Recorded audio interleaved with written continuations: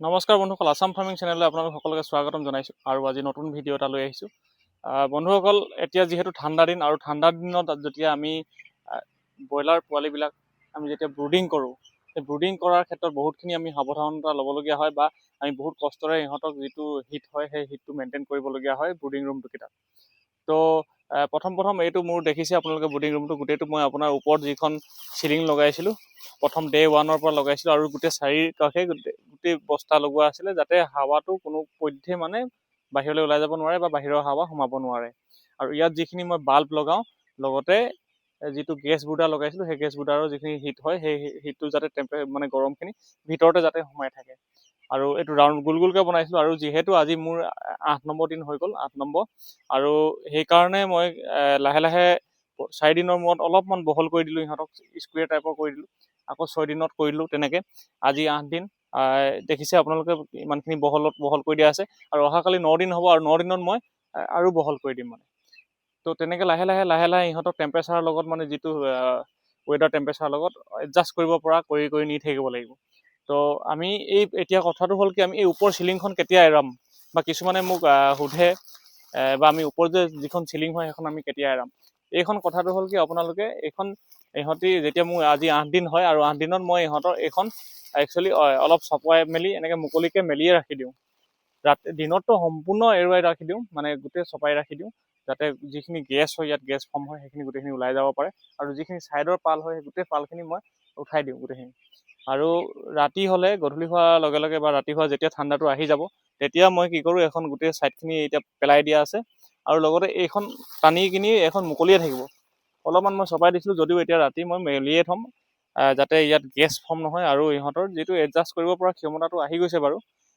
ক্ষমতা মানে কি হ'ল, আপোনাৰ এতিয়া বাল্ব লগাই থৈছোঁ যদিও মোৰ 18.3 ডিগ্ৰী চেলচিয়াছ হৈ আছে, কিন্তু ৰাতি এইটো 15 হৈ যাবগৈ বা 13 হৈ যাবগৈ। তো সেই গতিকে মানে মই এই ছাইডৰ পালকেইখন এৰাই দিয়া নাই, কিন্তু ওপৰখন মই এৰাই দিওঁ। কাৰণ কেলৈ, যিটো গেছ হয় সেইটো ওপৰেদি ওলাই যায় আৰু যদি ইয়াতে ভিতৰতে ব্লক হৈ থাকিবলৈ হয় গেছটো, তেতিয়াহ'লে ইহঁতৰ বেমাৰ হোৱাৰ চান্সটো আহি যায়, মানে বেছি থাকে। তো সেই গতিকে তো এতিয়ালৈকে মই এই ডিংকাৰত এনেকৈয়ে দি আছোঁ, মেনুৱেল ডিংকাৰতে দি আছোঁ যিহেতু ঠাণ্ডা দিন, আৰু গৰম কৰি দি আছোঁ পানী গৰম কৰা এটা মানে ইমাৰ্চন ৰড লাগিবই আপোনালোকক গৰম দিনত, নহ'লে আপুনি গেছত হ'লেও গৰম কৰি ল'ব লাগিব বা কুকাৰত হ'লেও গৰম কৰি ল'ব লাগিব। পানী অলপ কুহুমীয়া ৱাৰ্ম টাইপ, মানে কুহুমীয়া গৰম কৰি আমি দিব লাগিব।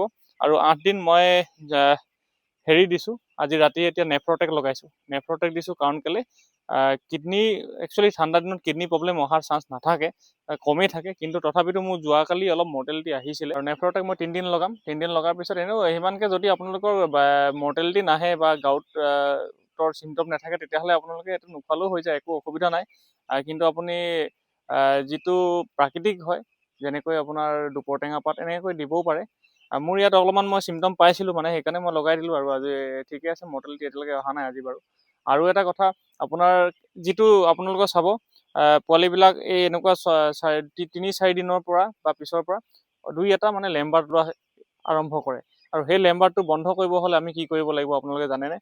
ডে 2 দিনাখনৰ পৰা ৰাতিপুৱা বেলা আপোনালোকে অষ্টভেদ ল'ব আপোনালোকে 1 লিটাৰ, আৰু লগত আপুনি 60 ml মান ভিমাইল মিলাই কিনি আপুনি 1 লিটাৰ পানীত 1 ml কৰি কিনি আপুনি এনেকৈ 3 দিন দি দিব। আৰু 3 দিন দিয়াৰ পিছত আপোনাৰ চাব লেম্বাৰ্টবিলাক সেই সোনকালে নোলায়। কিন্তু ডাঙৰ হ'লে লেম্বাৰ্ট ওলাব, তেতিয়া আপোনালোকে ডাঙৰ হ'লে আপুনি নিউৰোবিয়ান টেবলেটটো দিব পাৰে, কিন্তু সৰুতে নিদিব।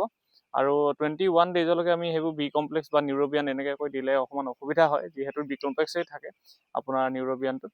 তো সেই গতিকে আমি প্ৰথমতেই যদি আমি কেলছিয়ামটো দি দিয়া যায়, অকণমান মানে কি বুলি কয়, লেম্বাৰ্ট হোৱাৰ পৰা বহুতখিনি চান্স কমি যায়। তো সেই গতিকে আৰু ইমানেই, এইখিনি মই আজি আপোনালোকক ইমানেই জনাইছোঁ যিহেতু 8 দিন, আৰু অহাকালিৰ পৰা অলপ বহল কৰি দিম, তেতিয়া আকৌ মই জনাম আপোনালোকক কেনেকুৱা কি খুৱাইছোঁ কি নাই। তো ইমানতে শেষ কৰিছোঁ, আৰু আপোনালোকে অনুগ্ৰহ কৰি মোৰ চেনেলটো ছাবস্ক্ৰাইব কৰি ল'ব। আপোনালোকে চাই কিন্তু ছাবস্ক্ৰাইব কৰিবলৈ পাহৰি যায়। ধন্যবাদ।